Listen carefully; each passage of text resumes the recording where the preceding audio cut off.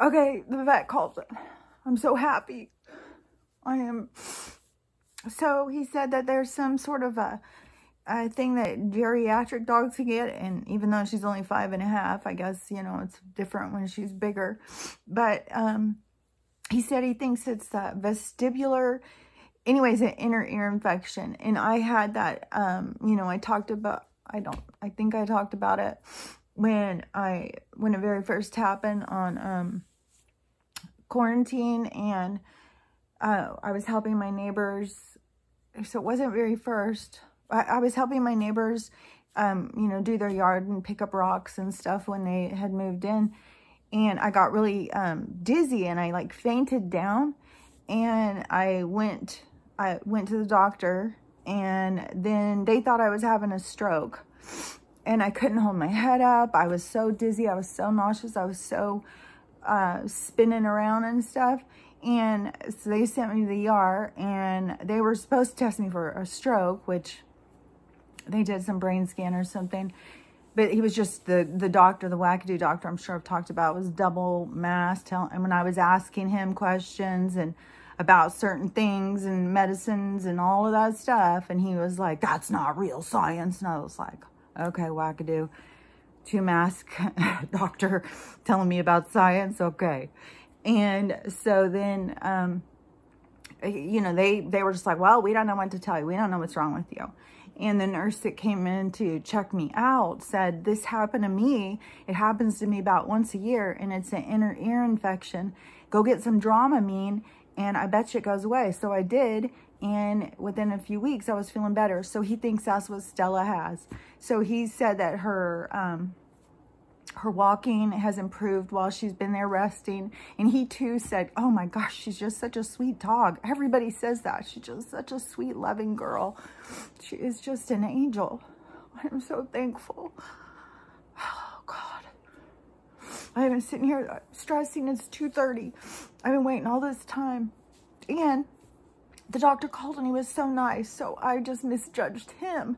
You know, maybe he was really busy and I just took it wrong, how he looked at me or something. But he was very, very nice on the phone.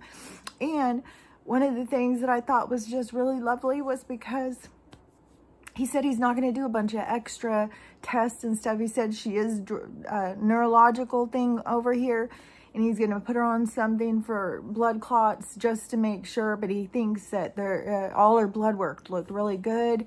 There was nothing off on it. And he said that he feels certain it's just this inner ear infection.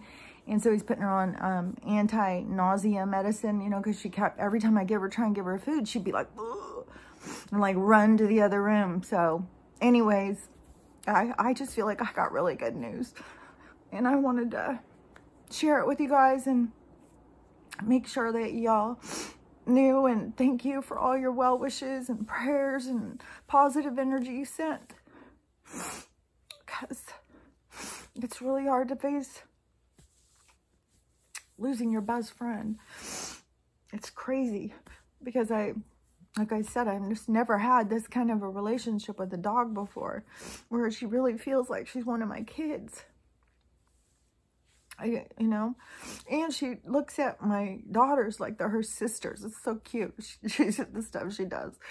But anyways, you know, and I keep thinking about this, and I really hope that we can do this. And I just want to offer any of you guys that want to come up and even go camping up here or anything, you know, come up and hang out and stuff. Like, you know, I want us to all start being able to get together and share stories, because I do know that we are all going through it. I may be the one who's here talking, but I know that we're all going through it because I talk to you guys. So, you know, so anyways, hopefully I want us to all be able to get together and have some kind of a reunion, or have people come up and hang out and camp and whatever, have a retreat up here. So anyways, I feel so much better. I'm going to go get her in a little while. He's going to do some cleaning in her ears. I've been cleaning them, but I hadn't put the stuff in it, the liquid stuff, because that always seems to irritate her. She doesn't like it when it gets wet in there. And so she'd been so uncomfortable. I was like, oh, I'll wait. I just kept cleaning them, dry cleaning them, you know. So she probably got some, I don't even think the inner ear infections, they're viral. So, you know, I don't know.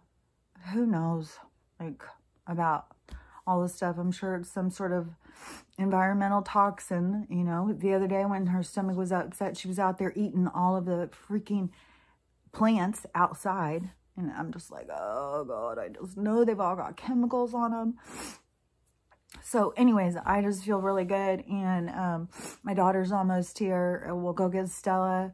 And then I will come and tape tomorrow. But I really feel like there's just movement on, not just in my life, but I'm talking about, and believe me, all day I have, well, ever since people started talking about that certain thing, I just kept being like trying to focus on the timeline I want. Don't focus on fear. Every time fear comes in, I push it away and keep thinking, what's the timeline I want?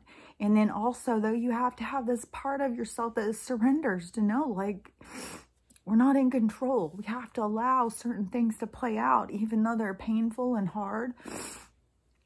So, you know, this is all us, every one of us, you know, reprogramming ourselves, learning how to be more mindful of our own actions and more consciously aware of who we are and what we're putting out there. And, you know, we're going through a huge growth right now. And so don't ever be hard on yourself.